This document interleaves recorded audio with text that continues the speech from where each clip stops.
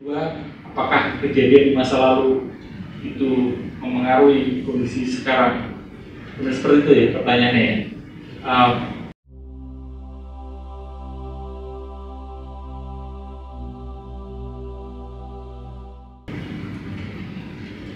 Tanda kalau kita memang perlu serius menangani kondisi mental kita, saya bagi menjadi 3 kode.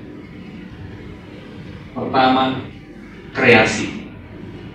Kalau udah overwork, udah burn out, udah berlebihan kerja, atau sebaliknya, ekstrim sebaliknya adalah berlebihan malas, mungkin itu adalah tanda ada kondisi mental yang perlu diurai atau kondisi batin yang perlu ditangani lebih serius. Kreasi, lalu kode kedua adalah relasi. Ini biasanya menjadi kode yang cukup keras.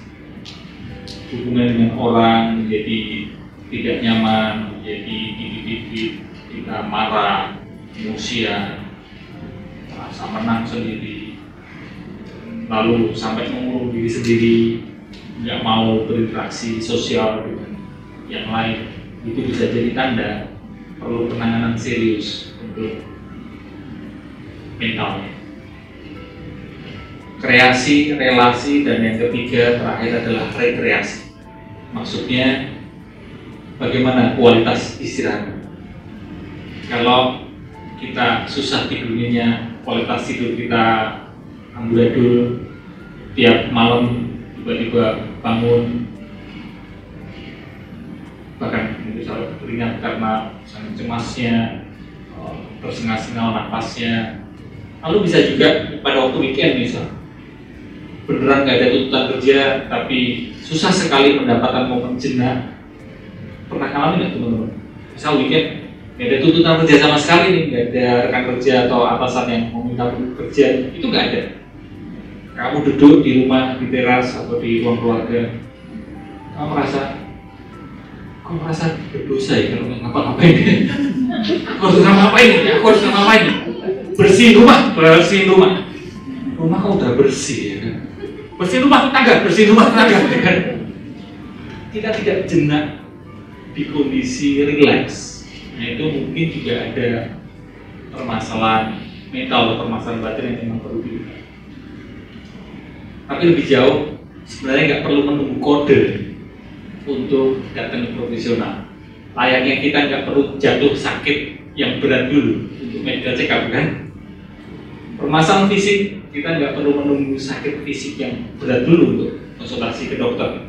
Kemudian juga persoalan mental. Marilah kita mulai sadar, tidak perlu menunggu sampai gangguan mental dulu untuk ngecek kesehatan mental kita.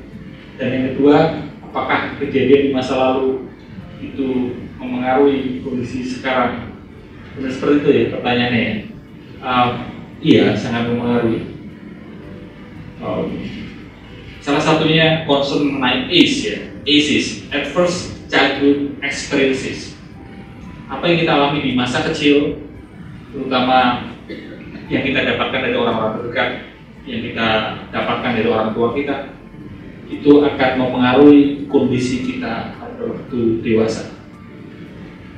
Bagaimana kita bereaksi, bagaimana kita merespon, bagaimana kita berinteraksi dengan orang-orang di sekitar kita, bagaimana kita melihat suatu permasalahan, bagaimana kita menyikapi kegagalan, itu sangat erat kaitannya dengan apa yang terjadi di masa lalu.